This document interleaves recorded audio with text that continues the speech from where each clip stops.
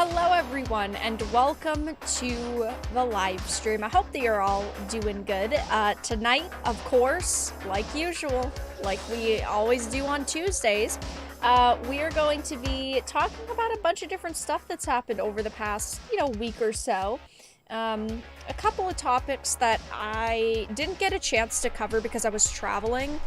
And, they're topics that I would have typically done a video on or talked about in a live stream that I didn't get a chance to. But some new things like Little Mermaid, Oscars, and some bad news for Scarlett Johansson, it looks like. So, tonight we're going to be chatting about Quantumania. This is a topic that obviously has been going on for a couple weeks because Quantumania has been out for a little while, but the box office numbers that we now have, because it's been out for a few weeks, spells trouble and just spells doom for the rest of Phase 5. Now, we've talked about Marvel a lot on the channel, and unfortunately, I just don't feel that spark with Marvel anymore.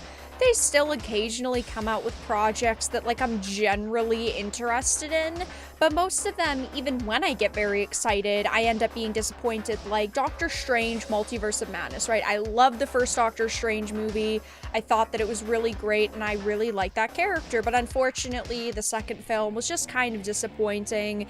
It wasn't what I wanted to see. It wasn't what a lot of people wanted to see. And honestly, looking at the Phase 5 lineup, there are, almost no projects that I personally am interested in. And it seems like the general consensus is this will probably be the weakest phase out of them all, depending on how they ended. It seems like they kind of want to go back to having, an Avengers and having, a big group get-together at the end. We'll see what happens. But yeah, we're going to be talking about Quantumania and the box office trouble. We're going to be talking about Patty Jenkins complaining. Now listen, I get it. It is so hard to be a woman whose net worth is $40 million. Oh, God, that's like minimum wage. Oh, she's just got such a hard life. And we really have to cut her some slack, but now Patty Jenkins is angry. She has said that she gives up after no woman was nominated for the Best Director at the Oscars. Now, I personally just kind of view it as the best person for the job should get the job. It doesn't matter what your skin color is, what your, background is, what your gender is. The best person should get the job, and in this case, get the award. But no. She is mad, okay, that no woman was nominated. She's probably salty that it wasn't her. So we're going to be chatting about Miss Patty over here. We're also going to be talking about Kevin Smith and Masters of the Universe. So I've talked a lot about He-Man, Masters of the Universe, Revelation. What's the one after Revelation that they're doing, that she's being recast in? It starts with an R. Revolution? I don't remember. I'm clocked out already. But, Sarah Michael Gellar. Sarah Michelle Gellar. She used to voice Teela. You guys know that she's not the worst person in Hollywood, don't get me wrong. She's not the worst, right? But she is definitely, over the past couple of years, she's definitely leaned more social justice warrior, probably why she got the role of Teela. But now she is leaving the project, and Melissa Benoist is actually replacing her as Teela. And if you guys don't remember who she is, she, of course, played Supergirl in the CW. Great. Another person who has spoken out about the misogyny that fills Hollywood. So fun times over here.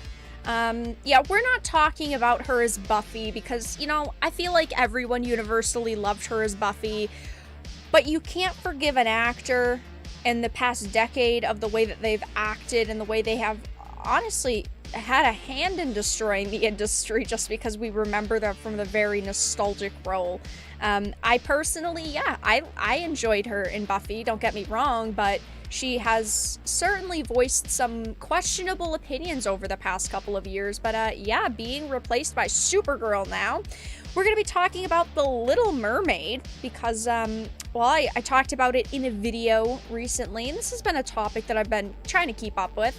But the trailer is now at 6.6 million views in a day, number 4 on trending, which is pretty good. But the ratio is absolutely massive for this film. As you can see, 123,000 likes, 596,000 dislikes. And I always say this, if you think this movie looks good, that's awesome. I hope you enjoy it. I hope you watch it. I hope that you absolutely fucking love it. I, unfortunately, am left pretty disappointed with what I've seen.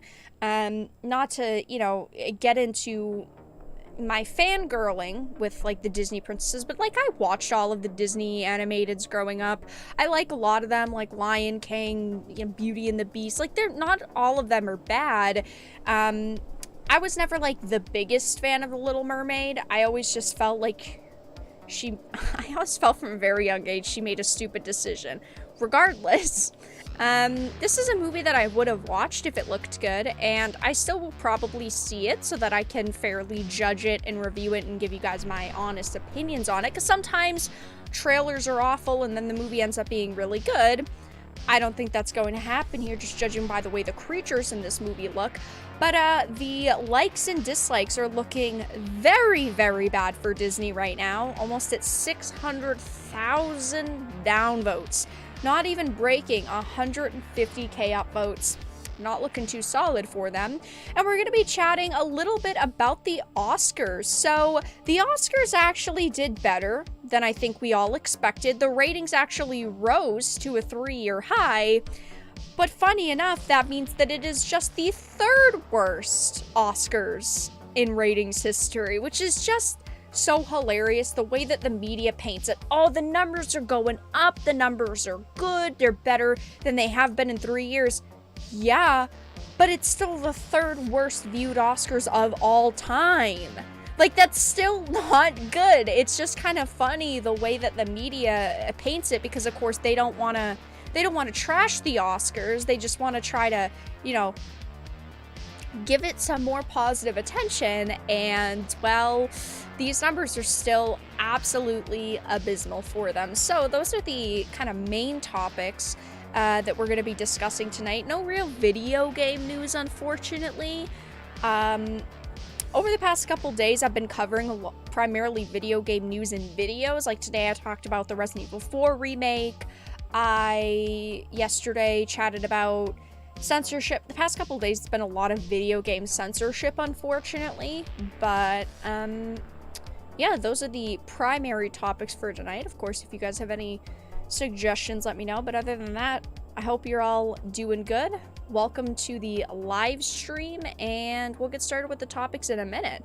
I also have, like, a couple of, like, discussing films / the direct tweets that I wanted to show off, like, about Netflix, and Disney, but nothing too important there, just kind of side topics to discuss. But yeah, hi guys. Is she stuck in a vent or something? Who? Hope she's whoever she is. I hope she's not playing the Dead Space remake. Oh, also, I wasn't really planning on talking about it tonight because I think I'm gonna make a video on it, but I don't know if you guys heard, but the Flintstones is getting an adult remake, and it's supposed to be set, like, I don't remember, 15 years after the original series or something, and Elizabeth Banks is one of the producers and voicing one of the main characters, and of course Elizabeth Banks is a massive feminist. I believe in real feminism, not feminism where we complain about how a video game should be censored because, oh, it could hurt women in real life, seeing women in video games be objectified, even though there's no scientific data to back up those claims. Like, I'm all for women having equal rights, but, like, not what I described. So yeah, I think I'm gonna cover that in like a video though, because there's quite a bit to go over there. But yeah, yay! After Velma, everyone wants to remake all of these, you know, fan favorite series into adult shows, and now it's the Flintstones, which the problem with the Flintstones is that the first couple of seasons of it was more adult focused. It only after like season 5 became like a family friendly series. So they're, of course, what they mean now though by adults to today's standards is like Velma, where it's lots of swearing and lots of like real life references and, oh, we gotta fight the patriarchy and the main villain is misogynist, like, stuff like that. Yeah, not it is Elizabeth Banks, and I hate Elizabeth Banks. The only thing I have ever enjoyed her in was in Hunger Games when she played Effie, but like half the women in Hollywood could have played Effie. She was a side character. I thought she did fine in Hunger Games, right? But still nothing special. World War III trending in the PlayStation 5. Oh, for me, I'm sorry, PS5's more important. Listen, 18k tweets versus 10k. Sorry, World War III, you're gonna have to wait. Yeah, according to the rumor, the hot rumor on the street is that the PlayStation 5 Pro is gonna come out. I think the PlayStation 5 Pro will come out, and it will be bundled with Grand Theft Auto 6. And I think that we'll get that after the Switch 2 comes out.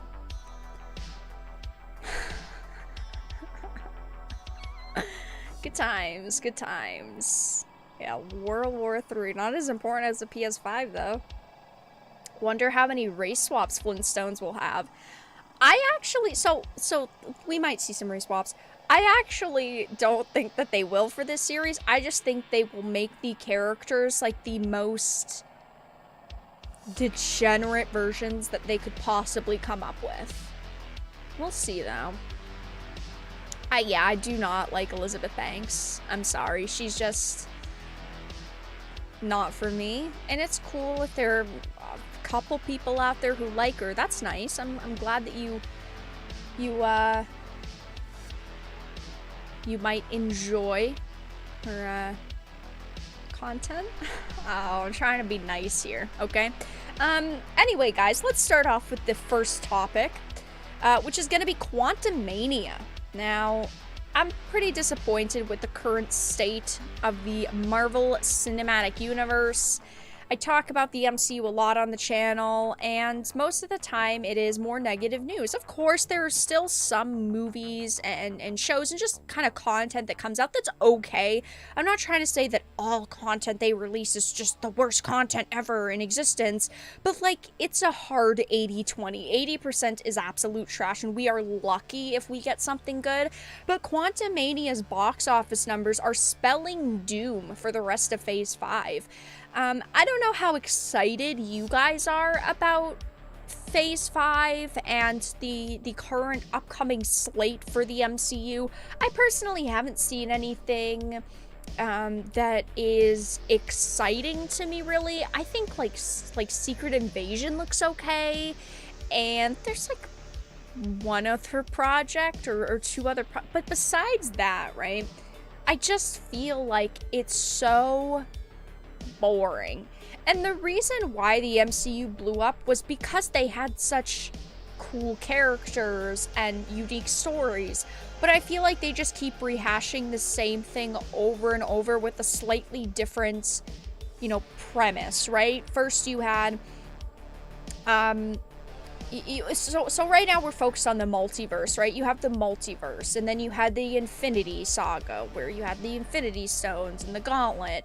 But now we're dealing with Kang, and we're dealing with the multiverse. Like, I'm just not into the current stories, and it's sad, in my opinion. Yeah, Guardians of the Galaxy 3 looks okay, in my opinion. There have been some minor red flags,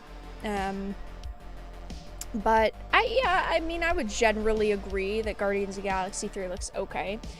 But yeah, Quantumania's box office numbers are not looking too hot right now. So it says Ant-Man and the Wasp: Quantumania is the first part of the MCU's Phase 5, but it's not starting things off on the right foot. Beyond its tepid at best reviews, the film is also underperforming at the box office. That continues a downward trend for Marvel Studios' shared universe, and it may only get worse. I don't think that the MCU is like dead at this point. I'm not trying to say that like it's over, there's no way it can be saved, but I think they need to put in some serious work, which of course revolves around them listening to consumers, going back to the books, really thinking about their upcoming plan, which they're not really doing right now. It says Quantumania has a lot riding on it, despite being a sequel to the more low-key Ant-Man films. I really liked Ant-Man 1.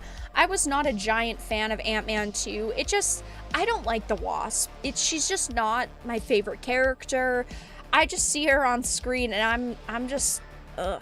It's not the actress. It's not like they've complete woman powered her. I'm just not a big fan of the Wasp. Maybe it's just me. But it says its negative fallout is seeing it break MCU records in the wrong direction, and the movie could definitely end up being a flop. With so much still up in the air for Marvel's future, this isn't exactly the boost of confidence the studio needed to get things back on track. It says the box office drop was record-breaking. And I did talk about this in another video and a stream, but it talks about how, yeah, I mean, the drop was catastrophic for them. Batman vs. Superman: Dawn of Justice was incredibly controversial, with many seeing its poor reception and contentious nature among even hardcore DC fans as being the moment in which the DCEU was doomed. I personally disagree. I liked Batman vs. Superman. I know it's probably a hot take. We don't need to get into my hot takes tonight. I really liked Batman vs. Superman.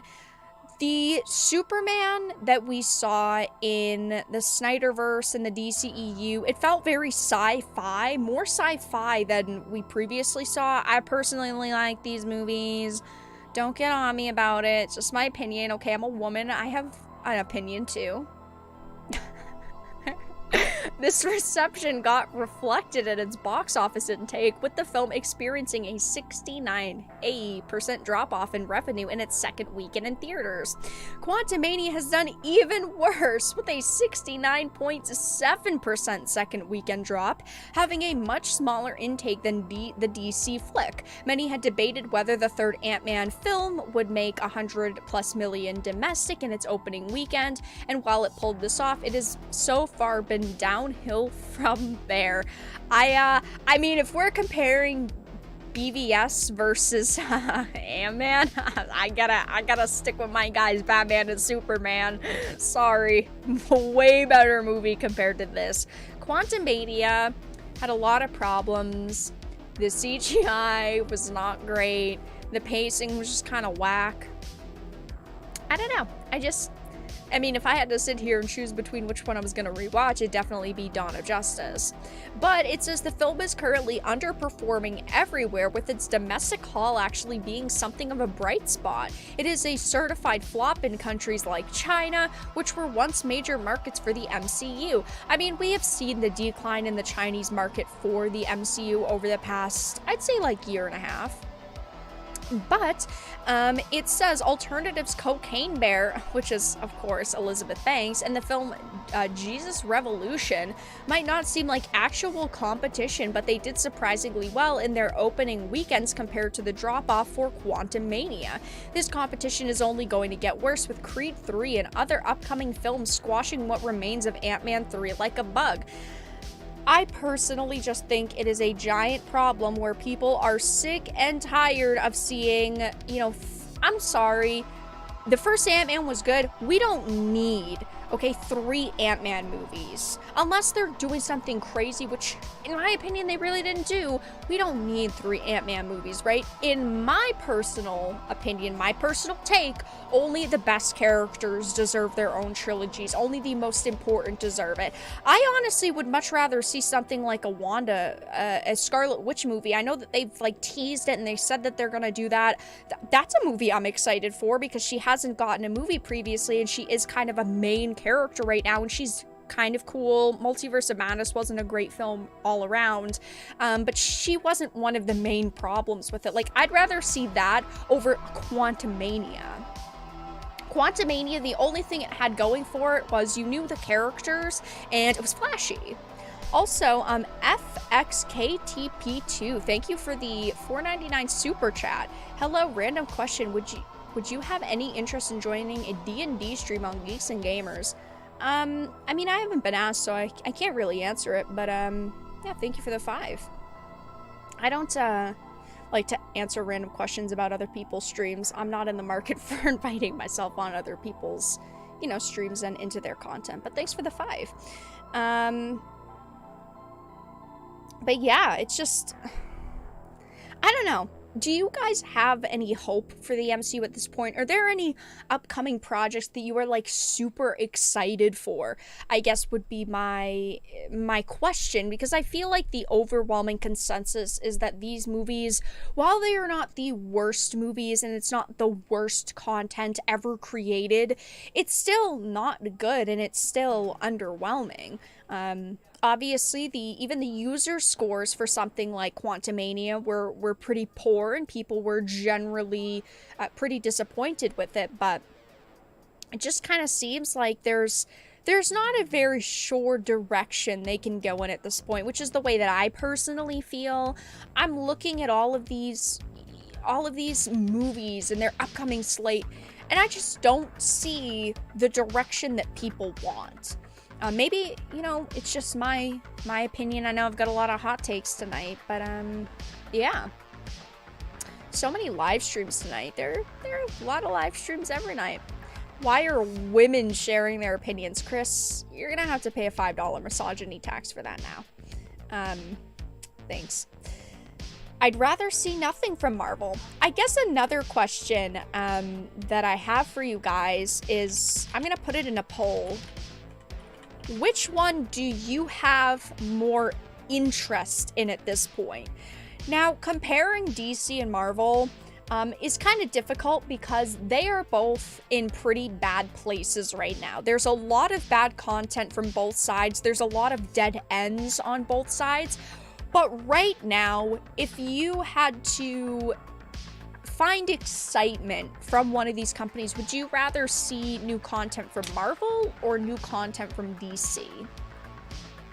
I'm excited for almost no movies. Yeah, I feel the same specifically when it comes to superheroes. I used to love all of these superhero films and Marvels and DCs. I still get excited for new movies, but specifically like indie movies or movies that I know are not going to beat the Top Gun Mavericks or the Ant-Mans. I get excited for movies like The Whale, you know? I'm just maybe boring. I like artsy-fartsy movies, okay? I like things that might not be, you know, 90% or 100%, but could be a solid 75, and it was unique enough to keep me watching.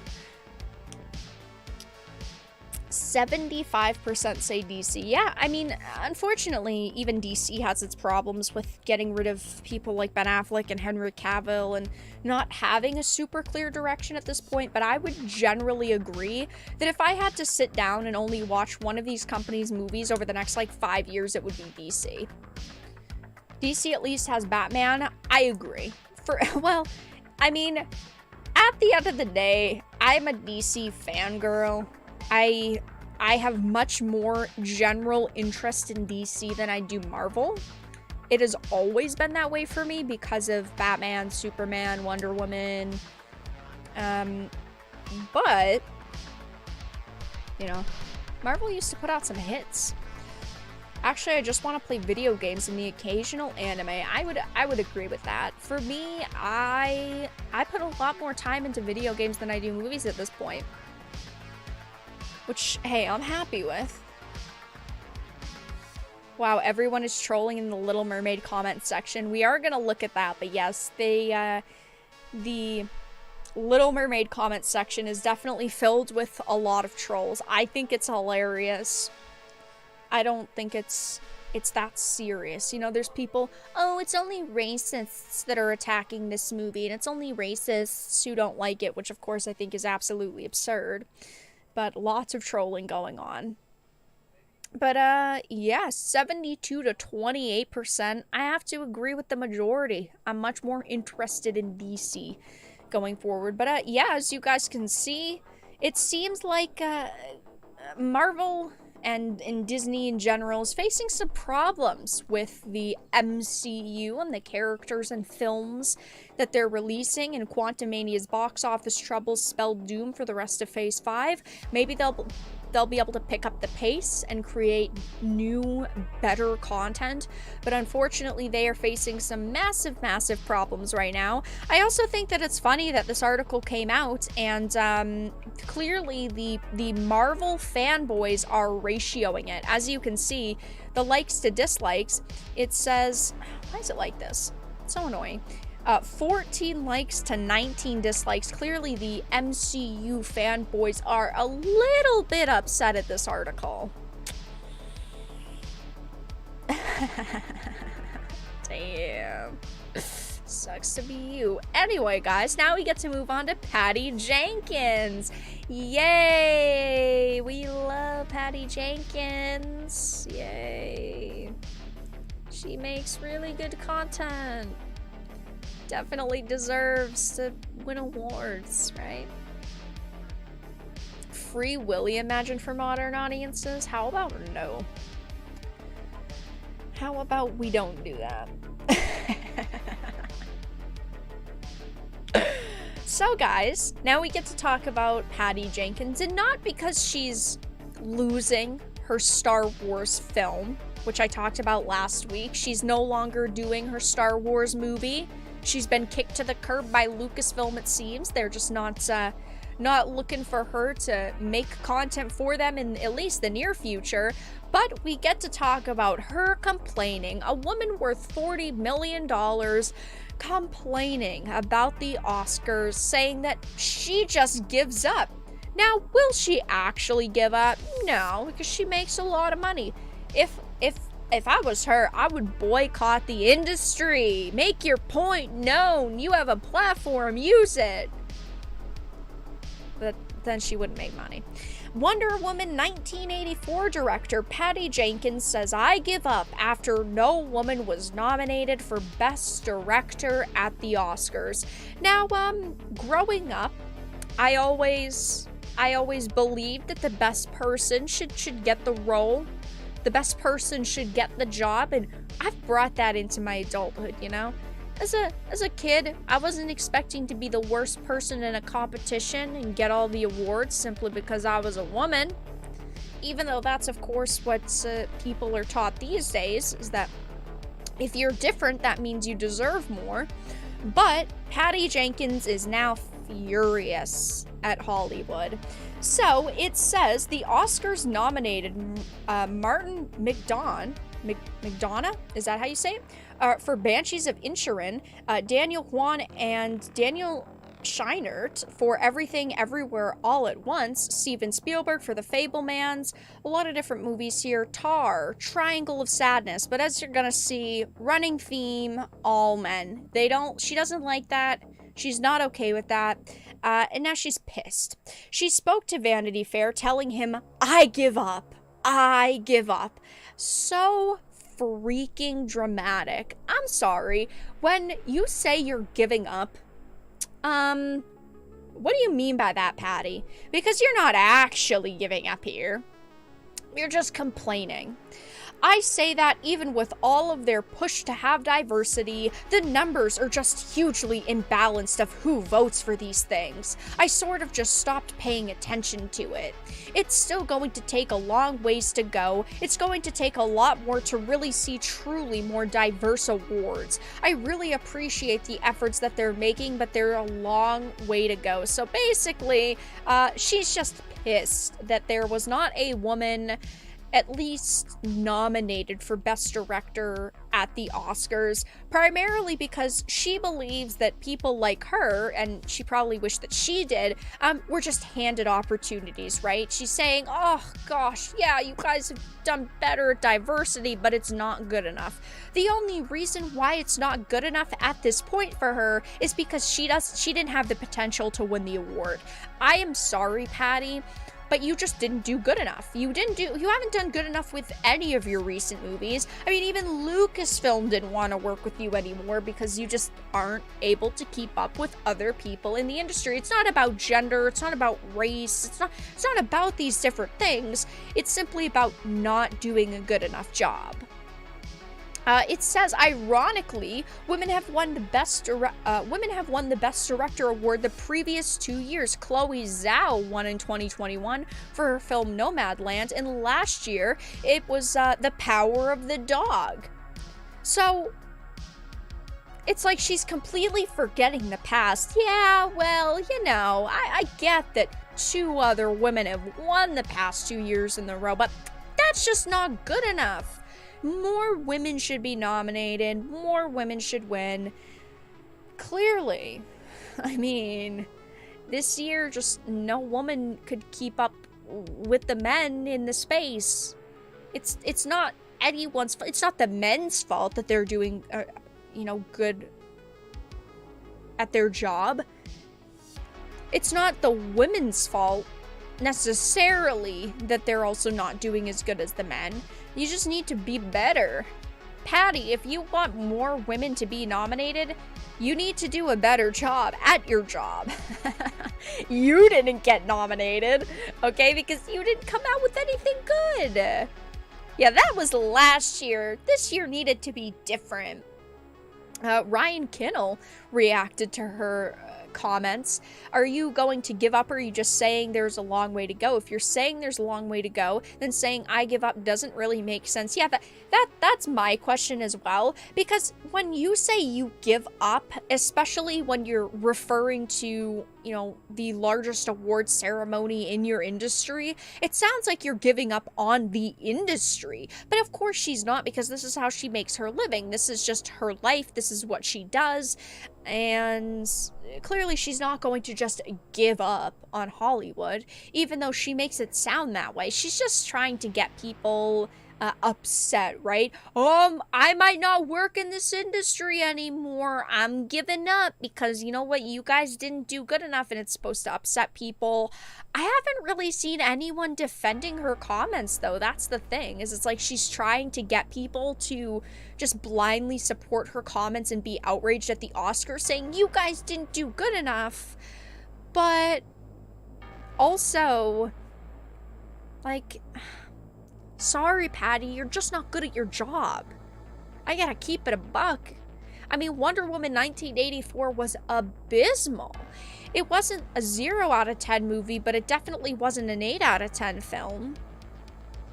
It's sad that this is what Patty Jenkins is going on about. Someone who does have influence, someone who can make a difference if she really wanted to or really cared, but instead of just coming out and saying, we need to do better and, next year I'm gonna work 10 times harder, she's just complaining that she wasn't handed, an award, that another woman wasn't just magically handed an award. Yeah, she isn't very good at playing the victim.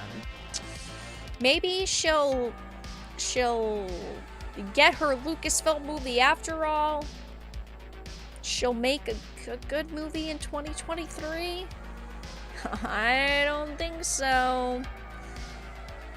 But the Oscars have had a lot of problems, and I have another Oscars topic that we're gonna cover in just a second, but The Oscars have already put in place a precedent where they are instituting quotas. I mean, as this says, back in 2020, they announced a representation and inclusion standards for Best Picture. I obviously think things like diversity and inclusivity are great. They're not bad things, but again, I always come back to this: the best person should win the awards or get the job, and that is just not how Hollywood acts at this point. They act that, oh, well, if you are different, and you're a good different, because of course, white, straight men are like the devil to them, you know, as long as you're good different, we're willing to prop you up, which I definitely don't agree with. If you're great at your job, then you deserve that credit. But going to the next article that I wanted to read specifically about the Oscars is that the 2023 Oscars ratings rose to a 3-year high, but there's a catch. And this just, of course, once again proves the problem with Hollywood and just a lot of industries, and specifically journalism, right? The current state of entertainment journalism, whether we are talking about video games or Hollywood and entertainment, there are some massive, massive problems, and this highlights that because they are highlighting here 2023 Oscars ratings rise to a 3-year high. And if you go and you Google the 2023 Oscars numbers, it says that, oh, it rose to a 3-year high. The Oscars did so much better this year. Yeah, they rose to a 3-year high, but it's still the 3rd worst rated Oscars ever. So, it says Sunday's generally well-received Oscar ceremony, which saw Everything Everywhere All at Once win 7 awards en route to history, offered a mixed bag of success and failure in terms of television ratings. This is hilarious. Sunday's generally well-received Oscar ceremony. Every year the past few years there has been controversy surrounding the Oscars. The Oscars have not been well-received for like a decade. At this point, there have been major problems, and this year's was no different. There were some massive criticisms levied online this year too. Of course, the classic, let's not mention it though. It says, according to Nielsen and as reported by numerous Hollywood trade sites, the 2023 Oscars was watched by 18.7 million viewers, a 12% increase from last year's tepid 16.62 million viewers, and well ahead of the all-time low mark of 10.4 million viewers who watched the 2021 ceremony. The 95th Oscars also stands as the highest rated award show of any kind since the 2020 Oscars, and this is hilarious. Out of 95 Oscars, the past 3 have been the worst of all time, and even though they're trying to spin it as this year's was a high, it is still the 3rd worst out of 95. In total. That is still not good. I've had to talk a lot about award ceremonies, and every year I've been talking about the Oscars. People have tuned out from these type of events. I personally don't want to watch all of these Hollywood elites get up on stage and pat themselves on the back and say, wow, you did a great job. And then you also have people that act snobby, like they're better than everyone else. And then when they lose the award that they really wanted, they're sore losers. They whine and they complain, and then they go into interviews just like Patty Jenkins, and then they complain about how, well, women aren't given a chance, and these people and those people aren't given enough of a chance. And it just causes drama, right? I don't want to listen to these people who have net worths of 40 million, 50 million, hundreds and millions of dollars in net worth complain about, boo-hoo, I didn't win an award. Yes, I understand that this is your career, and of course, when you do a good job at your career, you want to be recognized for it. But these people, in my opinion, are not special. It says, though, that despite those ratings victories, Sunday's ceremony was still the third lowest rated broadcast since Nielsen began its tracking, ahead of only the 2022 event and the 2021 show, which took place right after a lengthy delay due to the COVID pandemic. And of course, the past 2 years, they've been blaming COVID, saying, oh, the viewership hasn't been as good because, you know, we've had to move dates around, we've had to cancel events, the pandemic was changing the way that people were watching entertainment, and every excuse under the sun, basically, instead of just admitting that people are tuning out from your bad content. It says, though, before this run, the 2020 ceremony stood as the least watched Oscars of all time, and yet it still cleared 23 million viewers. Prior to 2020, the 2018 ceremony was the lowest rated ever, with north of 26 million viewers. So even though,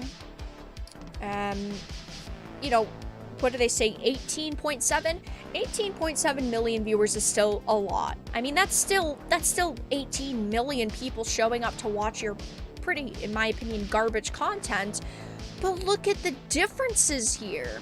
In 2018, it was the lowest rated, but it was at 26 million viewers. And that was considered the lowest rated. It was getting dunked on then. It also says that it's not hard to see a pattern of attrition, especially when compared to the days when the Oscars routinely topped 40 million viewers. Still, most would call the 23 Oscars a rousing success, especially compared to last year's ceremony, which was marred by poor production decisions and Will Smith's infamous burst of physical violence, which, honestly, I feel like I still personally kind of sort of believe that maybe it was a little bit scripted. I mean, I don't know. I don't have any inside information, but I still feel like their numbers last year would have been so much lower if that didn't happen, and it was still the second worst of all time. I still feel like something fishy was going on there, because I mean, that clip was posted online like instantly. I feel like, hey, maybe, just maybe, they scripted it. I don't know, though. Just my take. But imagine if the Will Smith slap didn't happen last year. Their numbers would have been catastrophically low. But it says, I'm not a big ratings or data analyst guy, but I would hope that with all the buzz out there, maybe people will go check it out and will have a nice +7 rating, the executive told The Hollywood Reporter on Monday before their ratings were released. Sunday's ceremony made a fairly compelling case for itself throughout the night. Jimmy Kimmel returns. Listen, I don't care about Jimmy Kimmel. I do not like Jimmy Kimmel. I do not care about what he has to say. He is not funny. He is not charming. He is not witty. He is not clever. I do not like Jimmy Kimmel, and I do not care what his take is, and I'm sorry, but he sucks. It says, though, blockbuster hits Top Gun Maverick and Avatar: The Way of Water were nominated for multiple awards, giving the Oscars a much-needed boost to, appeal that have been lacking over the last couple of ceremonies. Yeah, I personally feel like Top Gun Maverick and Way of Water were kind of snubbed.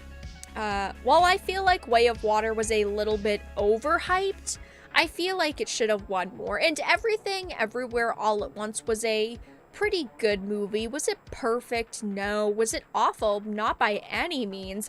I just didn't see it being good enough to win 7 Oscars. I just don't see it there. But it says that it provided historic numbers, winning 7 Oscars, including 3 for acting as well as Best Picture. The film, which A24 released a year ago this month, was also a box office winner and maintained a large and young fan base online for most of the awards season. I really feel that we delivered on what we said we would do, honoring the crafts and showing off the movies that were out there this year. Jimmy scored, I thought. So yeah, pretty happy. So while they're saying that they're pretty happy, I know I wouldn't be happy with these numbers, because even though the media is saying, oh, the numbers rose to a 3-year high, that's still not very good, because it is still the 3rd worst watched Oscars out of 95 of them. So yeah, guys, that's all that I really had to discuss with the Oscars. If you have any other thoughts, let me know in chat. But otherwise, we will move on in a minute or two, and we'll probably end up talking about Kevin Smith next and Masters of the Universe, and just the unfortunate future for the franchise. It's kind of sad because so many people love Masters of the Universe and He-Man and Teela and all of these characters, but, well, I had no hope for Revolution, whatever the next, you know, Masters of the Universe we're gonna end up getting. Just kind of blah. Yeah, just kind of blah for me.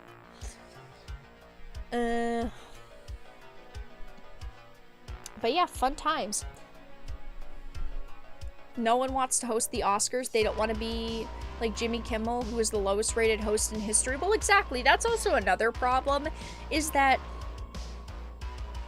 there are a lot of people that don't want to be in the spotlight, especially when something like last year happened, where such a giant event like the slap could have happened to them, because then everyone would be talking about it and everyone would remember it, and then it just would end up being, you know, drama. People are afraid of getting canceled or being in the middle of drama. Like, imagine if a Jimmy Kimmel was the presenter when like a Will Smith slap happens. His career would be damaged. The only reason why Chris Rock ended up, you know, surviving that, not physically, but, you know, career-wise, was because he was the one getting slapped. I can't wait to see how many more times Prince Adam is going to die this season. Yeah, I remember when Kevin Smith boasted about it, like, oh, we didn't just kill him once, we killed him twice. Kevin, listen, that's not what you want to be talking about. That's not what people want. Are you so out of touch with your audience that you think that's what people want to see? Oof. Bad take.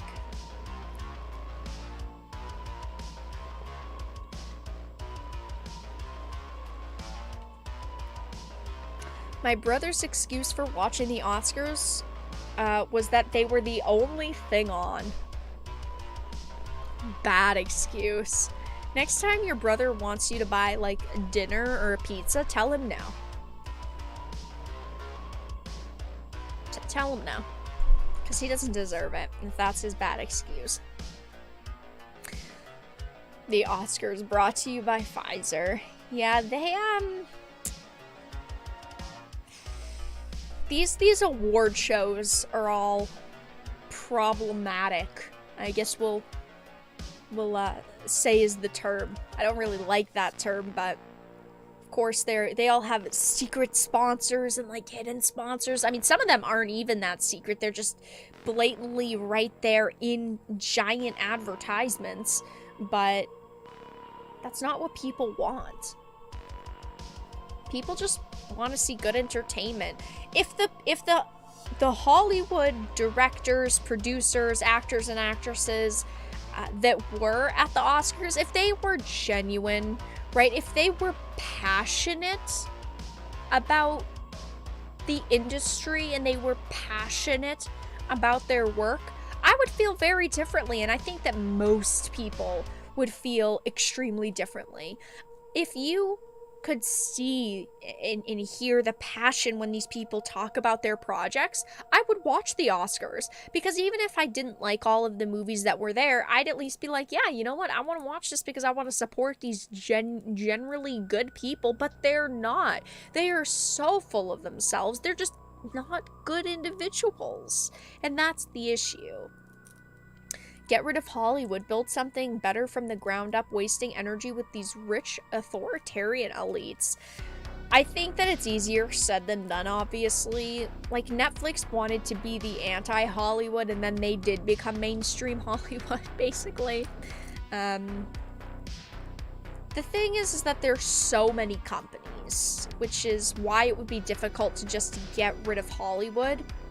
I think that Hollywood could still be saved to a certain degree, but, I mean, hey, Hollywood's getting fucking wrecked by their competition. I mean, look at the video game industry, right? Video game industry makes fucking double a year of what Hollywood makes, even more than that. I mean, last year, the video game industry made, what, $200 billion? Hollywood and the entertainment industry made like, what, 50 to 75? And that's not just Hollywood. Hollywood alone is like nothing. But that's also considering like streamer numbers. That's a big fucking difference.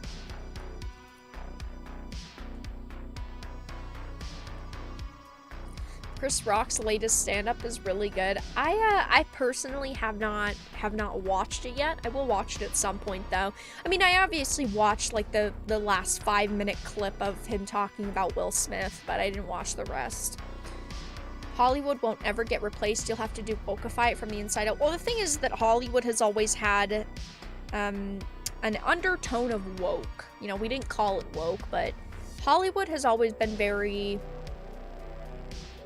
progressive. It just that they were doing it in a very different way. It wasn't so blatantly obvious and thrown into your face. YouTube and video games destroyed Hollywood and they know it. Oh yeah. Oh yeah. But alright guys. We get to move on now. Talk about nothing better, really. Now we get to talk about He-Man! Yay!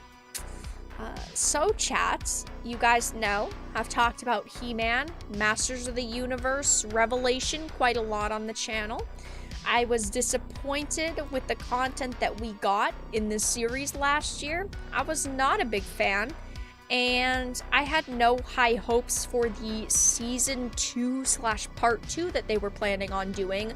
But things are not looking good for the individuals who might have enjoyed this, because Kevin Smith's He-Man, Sarah Gellar, is actually being replaced by Melissa Benoist as Teela. So, it says Melissa will now voice Teela in Masters of the Universe Revolution, He-Man series coming to Netflix, replacing Sarah.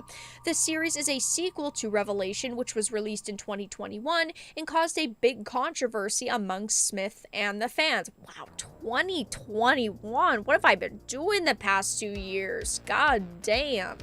It says, on the heels of our 40th anniversary, He-Man is more prevalent in pop culture than ever before. Which is why we're especially excited to bring that force that is Melissa into the fold. She already exemplifies every aspect of Teela's formidable personality, and we know that she will continue to showcase the same heart as she did in Supergirl, providing audiences with a new iteration of a classic character synonymous with strength and heroism. So yeah, if you guys do not remember, she did play Supergirl in the Arrowverse, in the CW, and her husband is Chris Wood, who, of course, voices He-Man, which is the only fucking reason she got this role. Now, Melissa is quite, leans on female empowerment, and misogyny is bad, and Hollywood has problems. Okay, Melissa is definitely what I would call a bit of a social justice-y individual. But the only reason why she got this job is because her husband is Chris Wood, and he voices He-Man in this. So Sarah Gellar was probably like, wow. There was a lot of backlash to this first season, and you know what? I've decided I don't want to be part of this anymore, because she still has a generally very positive reputation. Even though she did voice Teela in this, she's still known for a lot of things, and of course specifically Buffy. People still really love her, and she probably didn't want to ruin her image anymore, so she was like, you know what, I'm out. And they were looking for someone, and now that Melissa is no longer playing Supergirl in the Arrowverse, they were like, what? Hey Chris, what about your wife? You think she wants to maybe voice this character? And well, now she's getting it. Now she's getting the role. Thank you, Clint, for the $2 super chat. Very problematic casting. Yeah, actually true. I jumped at the opportunity to work alongside my friend, Kevin Smith, and join the Revolution family as another bold and fearless heroine, she said. I look forward to sharing the next evolution of Teela's story with fans. Bitch, the only reason why you got this role was because your husband is part of this show. BFFR. Be fucking for real. I'm sorry, Melissa. You're just not very special. She's another actress that is very replaceable. And even though I personally did not like the Masters of the Universe Revelation Teela, at least it was Sarah, right? At least it was Sarah Gellar. At least it was someone who wasn't half bad. Damn. Another bad piece of news for the 10 people out there who liked Revolution. It's a rough time to be fans of this. You guys already know my 2 cents on Revelation, Part 1, Part 2. I was not a fan of the way that Kevin Smith acted and the way that he treated critics and fans of Masters of the Universe. I did not like the fact that he basically laughed in our faces and said, I didn't just kill the main character once, I killed him off twice, and you just have to suck it up and deal with it. I was not a fan of Kevin Smith and the way that he acted towards fans of He-Man, and I have no interest in Revolution. I of course will watch Revolution because I need to review it, and I need to have my own opinions on it for you guys. I'm not excited for it whenever it comes out. It says 2024. I've still got a year. I'm safe for a little bit longer. But, yeah, I just have zero interest in this. I hate Kevin Smith now. I'm not a fan of anyone that's behind this project. And, listen, I'm all for, more adult content. Okay, I'm not a Puritan over here. I'm fine with watching some sex scenes and some more adult-focused content, violence, gore. Okay, but Evelyn kissing Skeletor was a little bit weird, even for me. And there was like a boner joke in there. Yeah, it just wasn't for me. It was a little bit odd. And, well, hopefully they don't do that again, because that was weird. So, yeah. Fun times. Also, hello, Brett. All hail Buffy the Vampire Slayer. I know you've been rewatching it. It's a waste of good animation. Was the Revolution animation even all that good? I mean, it was okay. Like, it wasn't the worst. Like, it did. There were some moments that I can remember that were kind of pretty, but not anything groundbreaking. Nothing that I'd be like, oh my god, I'm gonna watch this just for the animation. Yeah, Kevin Smith is a straight up liar, but you won't play Forspoken and Saints Row for us? Listen. Listen. Listen. Listen. Listen. Listen. Listen. Listen. No. I won't. Forspoken is bad. Saints Row Reboot is bad. How much is Saints Row Reboot? Just curious. Saints Row Reboot price. No, I don't want right now. What platforms is it on? Is it on Steam? What platforms is this game even on at this point? I know it's on console, but let me open up Steam real quick. I have to hide my screen real quick. Yeah, because it would have doxed me. Because I was trying to buy the I was trying to pre-order Resident Evil 4 earlier. Steam is broken. Saints Row Reboot. It's not on Steam.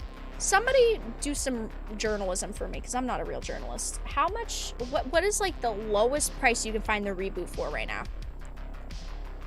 Not that I'm promising to play it. If it's over $10, I'm not doing it. Is it down to that price yet?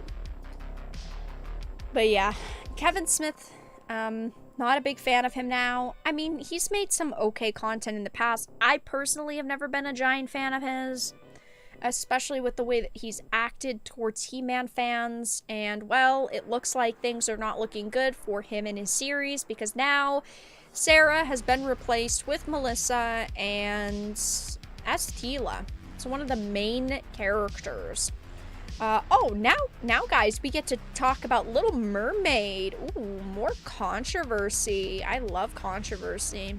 That's a lot of comments. I don't think reboot is in the title. Oh, yeah. So it probably is on Steam. Saints Row. Because it wasn't popping up. Yeah, it's not popping up.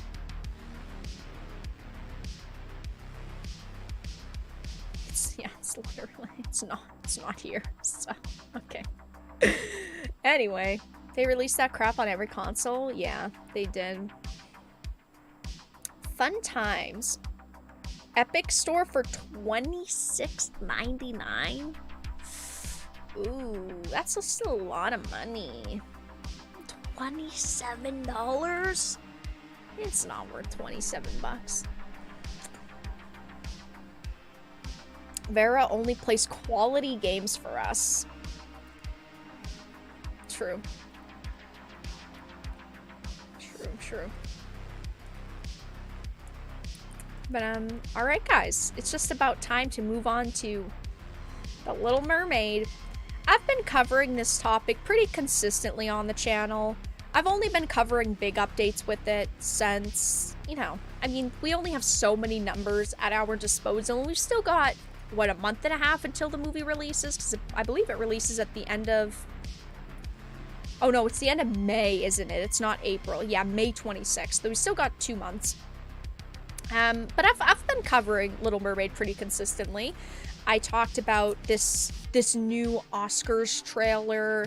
I've talked about the likes and the dislikes and all of the backlash. And while we don't have any new trailer since a couple of days ago, the one that was released is wow, facing massive backlash.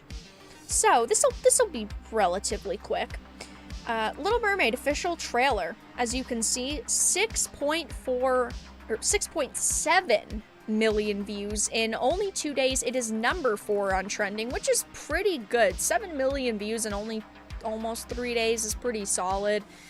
And it's number 4 on trending, so a lot of people are watching it. A lot of people are putting in their 2 cents, but it's not looking positive. Now, I will say, with the other trailers, the ratios were there. The dislikes were much higher than the likes, but they were still, like, relatively close, right? So if one had, like, 6 million dislikes, it had, like, 4 million dislikes.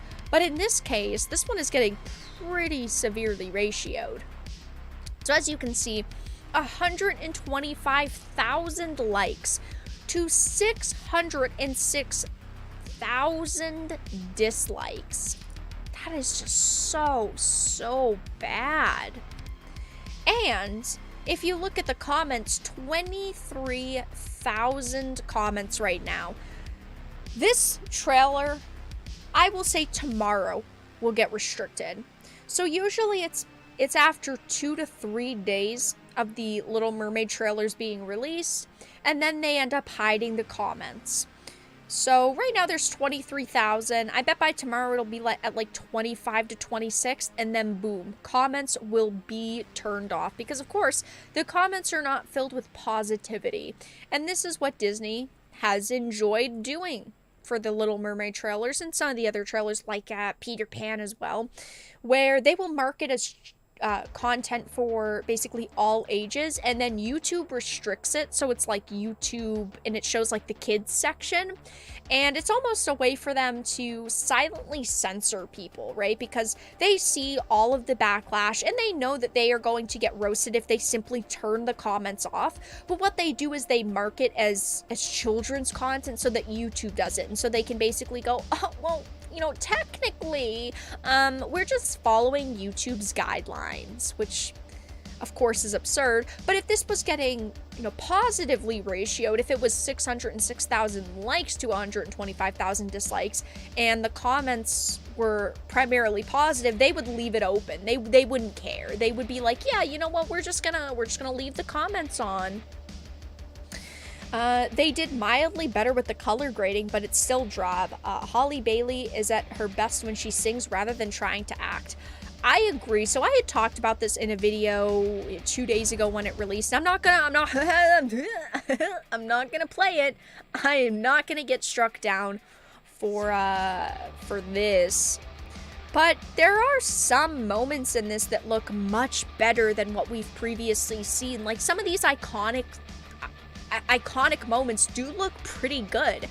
It is much more colorful. It is much less drab and dreary. But like, what did they do? They massacred our boy. Flounder, Sebastian. All of these animal characters look like hell spawns.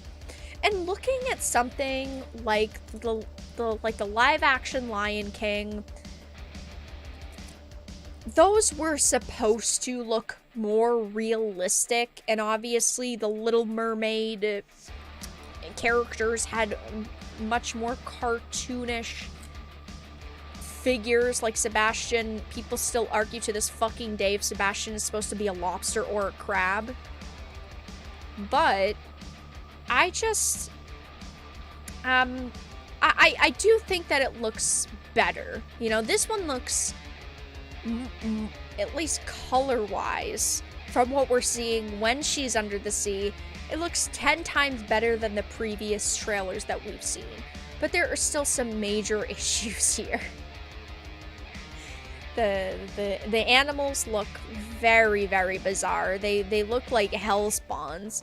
Okay, even moments like this that are, again, under the sea don't look completely great, and they do try to mimic a lot of the iconic scenes, like when she's down in her cavern with all of her, you know, thingamajigs, and her knickknacks, as she calls them. They do try to show that when she's going to the surface and when she's floating up, when she's turned into a human. And they do try, like, oh, also when she's on the rock and the water splashes behind her. This trailer definitely captures the Little Mermaid spirit a hell of a lot better than the previous trailers did. I think that Holly Bailey sounds very good in this. I think that she definitely sounds like Ariel in this, and I don't know if that is just her natural voice or if they heavily auto-tuned it. Because I know that she has done singing in the past, but she sounds much better than that first kind of teaser did, where it didn't sound like part of your world at all. It was like very drastically different, and even though I'm sure that that does make it into the movie, now that they're actually giving us more substance to the song, I'm feeling a little bit more hopeful for this film. And also, Under the Sea looks much better. But people are still not happy with this. They are getting very, very trolled over this. They're getting mocked. People are still disappointed with, you know, what they're doing with this film. Obviously, I'm pretty disappointed with some of the choices and decisions they made as well, but 23,000 comments, primarily people just roasting them.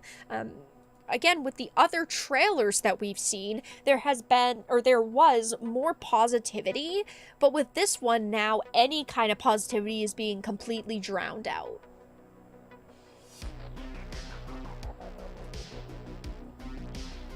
Her voice is cool, but she isn't a redhead. Yeah, there are some moments that her hair looks a little bit more red than others, but clearly she's not the same type of redhead that Ariel was. Ariel was a fucking mermaid, so she was supposed to have this bright red hair, and they went for a more natural ginger, but to me it's like, why not just go that full extra step and at least... I mean, clearly she's wearing a wig anyway. You might as well give her an accurate to the source material wig at that point. Oh, God. And Melissa McCarthy. I do not like her as an actress. I do not think that she is going to play a good Ursula. I will say that her laugh in this sounded closer to Ursula. But also, again, heavily edited here. We're not talking about a laugh that, you know, would be that hard to do with some auto-tuning and some pitch changing. I feel like a lot of women could do that laugh. But, yeah, as you can see, 125,000 likes to 606,000 dislikes. Things are looking pretty freaking terrible for them right now. And yeah, that's all that I really had to discuss with the main topics, guys. I do have like a small tweet or two to show off. But yeah, that's all that we really had to discuss with The Little Mermaid. Next, we are gonna just take a quick peek at this Star Wars Direct tweet, since I saw a couple people tweeted at me. Fun times! If you didn't see, The Mandalorian Season 3 premiere viewership reportedly drew in an estimated 1.5 million US views in its first 4-day debut. And while 1.5 million viewers is quite a lot, it's not good compared to their other shows, because Obi-Wan Kenobi had a 2.08 million draw in that amount of time, and the Book of Boba Fett had a 1.5 million, meaning Mandalorian Season 3 is on par with the Book of Boba Fett, and as we know, Book of Boba Fett was one of their worst performing series. I personally have not been keeping up with The Mandalorian. Maybe once the full season comes out, I'll sit down, I'll binge it all, I'll give it a chance. But I've just been very turned off with Star Wars lately. I used to absolutely love Star Wars, and if they were coming out with genuinely good content, I would be hyped for it. But this just is disappointing for me, and of course I know a lot of other people. One of the major problems The Mandalorian has faced was the fact that they fired Gina Carano. I know a lot of people who previously said that they were going to boycott it because she was gone have decided to stick by their promise to boycott the show. And well, clearly people are not really showing up to give this a chance. I feel like, yes, Mandalorian has a lot going for it. I really enjoyed Season 1. Was it perfect? No, but it was entertaining. It still felt like Star Wars. Season 2 had its moments, but from what I have seen with Season 3 so far, I'm just kind of underwhelmed. I know that they are focusing more on the Mandalorians. I love the Mandalorians, but it just seems bizarre, the choices that they've made with the Mandalorians this time around. The Baby Yoda show, yeah, I think Baby Yoda's cute. I think Baby Yoda is entertaining, but I personally don't want to watch a show that's only revolving around Baby Yoda. Baby Yoda was very neat at first, and, well, they're definitely milking Baby Yoda now. What's Baby Yoda's real name? I don't know, let's just call him Billy Bob. Don't mention Obi-Wan. Ugh, yeah, Obi-Wan was another series that it had its moments. Obviously, Hayden Christensen, Ewan McGregor together again on screen, it had its moments, but a lot of it just felt dull and completely ruined Obi-Wan's character in a lot of cases. Disney keeps validating my decision to cancel Disney Plus and never sub again. There is no reason to pay for Disney Plus right now, in my humble opinion. Oh yeah, Grogu. I don't know why I blanked on that. I don't know why. I feel like it's because everyone's just been calling him Baby Yoda this time around. I'm sick of Baby Yoda. Baby Yoda's cute. Baby Yoda is easily marketable. That is why they keep marketing him. They keep using him. That's why they brought him back. I think that they did genuinely want to get rid of him. The Mandalorian and Billy Bob. Yeah, why not? That sounds pretty good. They might make a Bo-Katan show next. I like the character, but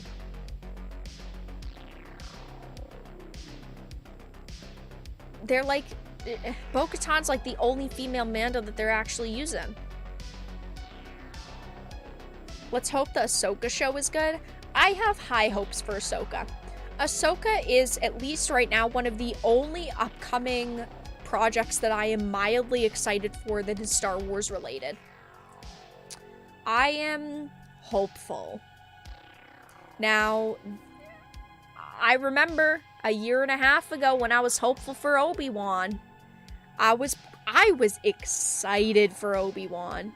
Hayden Christensen, Ewan McGregor back, and it did give some genuinely good moments, but the overall product was disappointing.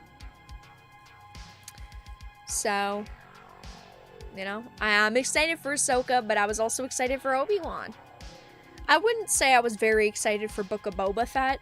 While I like Boba Fett, I think every Star Wars fan likes Boba Fett. There are so many better characters to be utilized, and the way that they, you know, fucked with the canon to make Book of Boba Fett, it just was meh. Baby Yoda's real name is Money Cow, according to Disney. Actually true. I personally have not fallen for buying any Baby Yoda merchandise, but I'd buy like a Baby Yoda pop. Even though I hate pops, I'd buy one. Sure, if it's like $5, if it's on sale. Give us a Geo the Rock show. Yeah, whatever happened to their Rock character?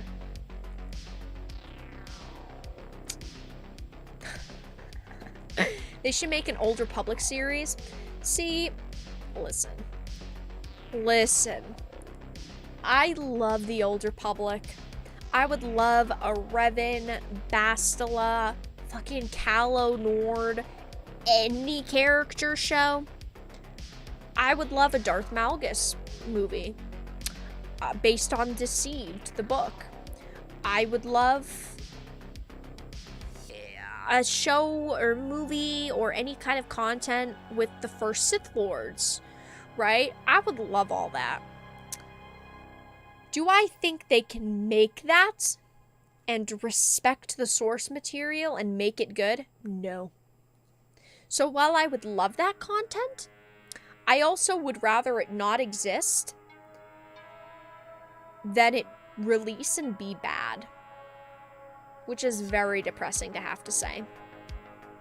The Clone Wars was the last good thing from Star Wars. Clone Wars was very good. Well, what year was the last Clone Wars? It was 2019? 2020. 2020 was the final season. I mean, when did Mandalorian season 1 was 2019. Okay, so I had the two mixed up. Yeah, I mean, Mandalorian season 1 was really good. It was right around the same time as Clone Wars last season 7 final season. Mandalorian season 2 still had its moments. Come on, Vera, we all know there's no source material in Star Wars. Duh, I know, there is none, huh? Very sad. I don't want them to release bad content. KOTOR can't be replicated, not in this world. I think that we are reaching a point where people are giving up on their shitty content. And I think they're gonna have to change. I think in the next 4 years, they're going to have to seriously rethink the future of these franchises. And I think that we're gonna see better content. Is that me coping? Hell yeah. But you know what? I'm coping because I don't want this franchise that I love completely killed off. If they said we're taking 2 years off, no more of this shitty content, we'll be back in a couple of years. When they come back, I would give them another chance. I would, because I would hope that they would be doing better. And that's just the problem with being a fan of franchises that have been ruined. I'm willing to give them multiple more chances. Now, currently I'm not giving them really any chances, obviously, because I'm not interested in any of this content. But like, if they completely rethought their strategy, yeah, I mean, I'd attempt to watch their new content. No to KOTOR if Kathleen Kennedy is in charge. Yeah, I think that that's one of the major issues right now is Kathleen Kennedy. She is bad. She's just the worst. And I know that there's been a lot of rumors saying that they want to kick her to the curb after Indy, which would be great. But will they? That's the question. I believe the era of wokeness will end and everything will get better again. It's a mighty hope. It's a noble hope. We could all hope for that.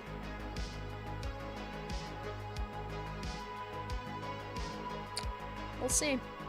But, yeah, guys, if you have any other topics you want me to discuss, feel free to leave them in chat. Also, if you are enjoying the stream, a little bit of shameless self-promotion, if you're enjoying the stream, give it a like. If you're not, give it a dislike, because that's okay, because you're allowed to dislike things, even my content. If you're enjoying, though, check out links in the description, follow me on social media, join our Discord server, consider becoming a member via YouTube memberships or a Dark Titan via Patreon. Donate via Streamlabs, because YouTube will not take 30% of Streamlab donations, or if you want YouTube to have 30%, feel free to donate via Super Chats. Either way, it supports the channel. Live-action KOTOR would be black lesbian Revan fighting against toxic white male Malik. I wonder if the rumors surrounding the KOTOR remake will end up being true. That was actually a major reason why I didn't believe the rumors, because the rumors for the KOTOR remake said that Malik was going to be like a woman of color. Which made zero sense to me, because like, of course, every hero is being race and gender swapped, but the villains never are. They're always toxic white men. Thanks, Chris, for the 5. Random side topic, how about them wacky Baldwins? Why'd you have to bring them into this conversation, Chris? The Baldwins, the Ambers, the Sarkeesians, we don't have to bring them into these conversations. You know what, Chris? Sometimes we just need to move past things. Yeah, the stripper baby shower, or whatever it was pretty interesting. The strip club baby shower. Definitely, not my first, probably 1,000 choices. All of the Millers, can't forget them.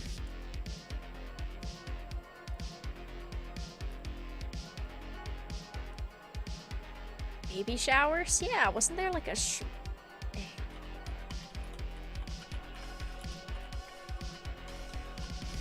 It just happened.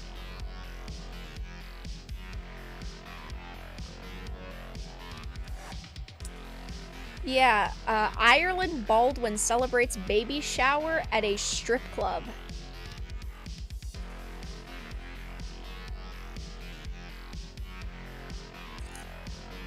Fun times.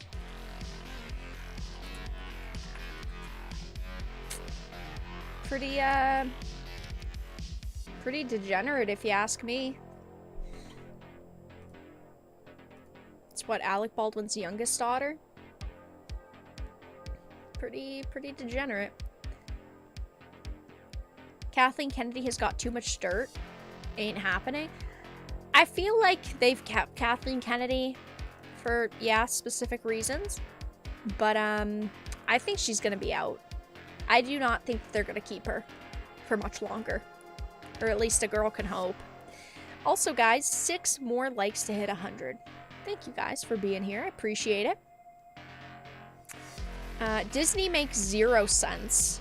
They just keep trying to make money, but they're failing. They're failing. Kathy and her acolytes. Oh, that's also something that happened the other day.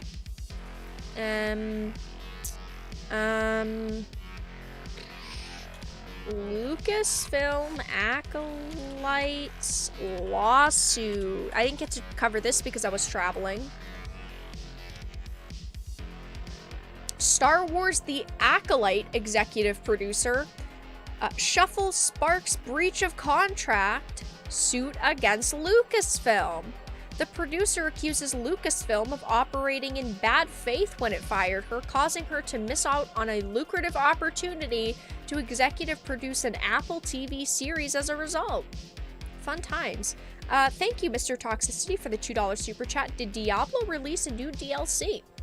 If you're talking about Diablo Immortal, I don't know, but not Diablo 3, because Diablo 4 comes out in, what, 3 months? So they've been hyping that up and talking about that a lot, but I don't think that Diablo Immortal came out with any new DLC, but thank you for the 2. So, this says, Lucasfilm is being taken to court by producer Karen McCarthy, who allegedly accepted a deal to executive produce The Acolyte over a competing offer that would have made her the highest paid producer for Apple. Must be nice. I mean, clearly Lucasfilm was going to pay her a shit ton as well. She accuses the studio of breaching her contract in a move that deprived her of a high-profile credit on a major TV series from a competitor, and as a result, millions of dollars. Without explanation, without reason, without justification, Lucasfilm told McCarthy it wanted out of the deal. We don't know for sure that all of the details here, which is the thing. Obviously, we do want to, you know, take everything here with a grain of salt. Maybe Karen is telling the truth. Maybe Karen is only telling 50% of the truth. Either way, I doubt that we're gonna hear anything else on this.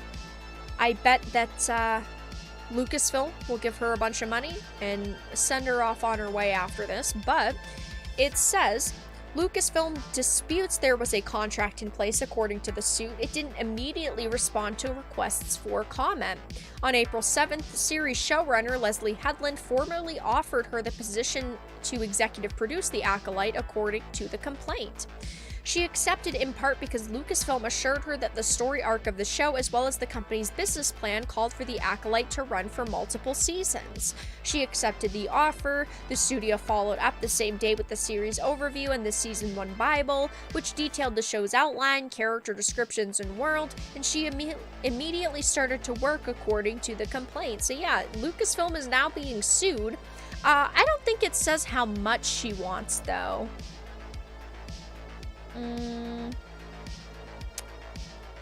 Yeah, I don't know how much she's asking for, but Lucasfilm is getting sued now, unfortunately for them. Can't say I'm surprised, can't say I feel very bad, but we'll have to keep an eye on it. Her name is Karen? Yeah, her name's Karen. It's Karyn. Edgy way to spell it. Oh no, not Leslie Headland. And again, another individual none of us like. That's the problem with Lucasfilm. And of course Disney in general. They are not hiring people that we want to see and that we want content from.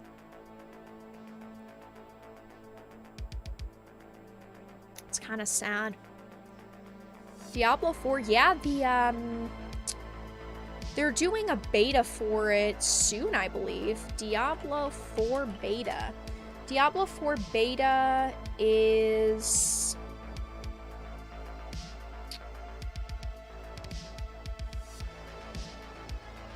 soon.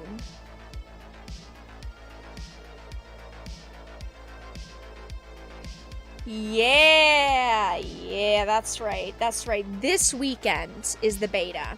So this weekend is the closed beta, and then next weekend is the open beta. So, I guess since we have some time now, we'll talk about it. This week, on Thursday, I, of course, will be streaming, and we will be playing more Grim Guardians, Demon Purge / Gal Guardians, Demon Purge. We will be playing more of that. And then this weekend, we will be playing the Diablo 4 beta. So I'll be playing that this weekend. And then next weekend, I don't know exactly what my schedule is going to be, but it's going to be a little wonky because PAX East is next weekend. And I will be going at least one day. I will be going at least on Saturday, and I have to figure out if I'm going to go another day. But then next weekend is the Resident Evil 4 remake, and I will be streaming that on Friday and then on Sunday. But yes, Diablo 4 beta is this weekend, which thank you for reminding me, because I would have forgot to mention it tonight, and I would have realized it like tomorrow, and then I would be like, ah, shit. But, yeah, this weekend is Diablo 4 beta, so we'll see. I feel mixed on Diablo 4 right now. I love Diablo, but after Immortal, I'm feeling kind of iffy about the future of it. We'll see. Why is Vera messing around with betas? Because, you know, a girl's gotta do what a girl's gotta do. I haven't, yeah, I haven't got a lot of, you know, hope for Blizzard and Diablo, but I'm excited to a certain degree. No panty shot in the Resident Evil 4 remake. Yeah, I've talked a couple times on the channel now about the Resident Evil 4 remake, and you guys already know my stance. You know, if I wasn't a content creator, would I be playing it? There's a high chance that I wouldn't, and that I would wait. But because I am a content creator, I will be streaming it on launch so that I can show you guys the full game. And you know, and maybe if I stream it, 10 of my 100 viewers won't buy it, and it saves you guys money, and that's all that matters. But, yeah. Diablo 2 forever? Yeah. I like all the Diablos, though. Now listen. Even 3, I know 3 was much more controversial, but I didn't like Immortal, because it was just a fucking pay fest. An awful pay fest. It wasn't great, gameplay-wise, either. Remake 4. Yeah, I get what you're saying. I don't know how to say that, though. Remake? Anyway, Remake 4 out on my wedding anniversary. Nice. So, yeah, the beta for that is this weekend. Hopefully it will be good. Yeah, noon Eastern on, it looks like Saturday it goes up. Or no, it goes up on Friday. So hopefully there won't be 50 million problems with it. 3 was okay. Yeah, I mean, 3 wasn't, like, the best by any means, but it wasn't bad. I appreciate it. But, yeah, guys, if you have any other topics you want me to discuss before the end of stream, feel free to leave them in chat. But that's the plan for the next, you know, week and a half or so. On Thursday, we'll be playing more Gal Guardian Demon Purge. And then Saturday, we will be playing, or maybe we'll finish that, but I will at least be playing one day of Diablo this weekend, but I do anticipate playing 2 days of Diablo this weekend. And then next weekends, I still haven't 100% confirmed the schedule, but I will be going to PAX East. I believe I'll be going on Saturday, so we'll be playing Resident Evil 4 on Friday and on Sunday. Did you hear about the new Square Enix NFT game? There's another new one announced? Check real quick. Square Enix NFT game. Why is this article so blown up? Oh, Symbiogenesis? Yeah, that was the one that they announced like a year ago, roughly. I do remember that. I talked about that in a video. Oh, okay, so it says that they're still making it. Not very surprising. We figured that they were gonna be, you know, sticking with the NFT direction that they've been talking about, so can't say I'm too surprised. Yeah, Square Enix is always going on about NFTs, even though they've, you know, said that they're gonna try to listen to fans and listen to consumers. Clearly, they have not been doing that.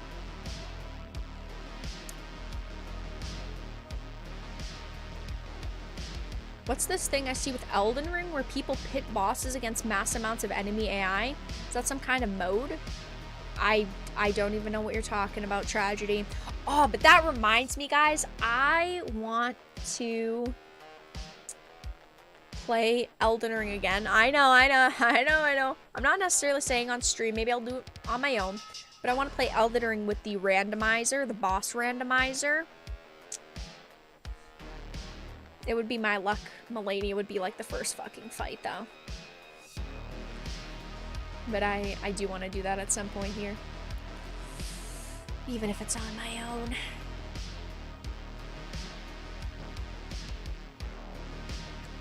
But, yeah, I'll have to see if there's anything else with Symbiogenesis, since there are some new articles on it, but can't say I'm surprised that they're sticking with NFTs. They've been pretty focused on NFTs, and that's just been the direction that Square Enix has wanted to go in, besides creating awful games and dumping them for Spoken. So yeah, Elden Ring has an area mode now. Do you mean an arena mode? I haven't played Elden Ring in a couple weeks, but I'll have to update it, because I do know that there was a content update, not like actual, you know, new areas or anything. But I'm pretty excited for the DLC. I'm hopeful for it, and maybe it'll end up being good. Well, only time will tell. But alright, guys. With that being said, I'm going to wrap up the live stream here. Thank you all so much for stopping by tonight. I do really appreciate it. Check out links in the description. Follow me on social media. Twitter, mine's BitChute, Odyssey, Getter.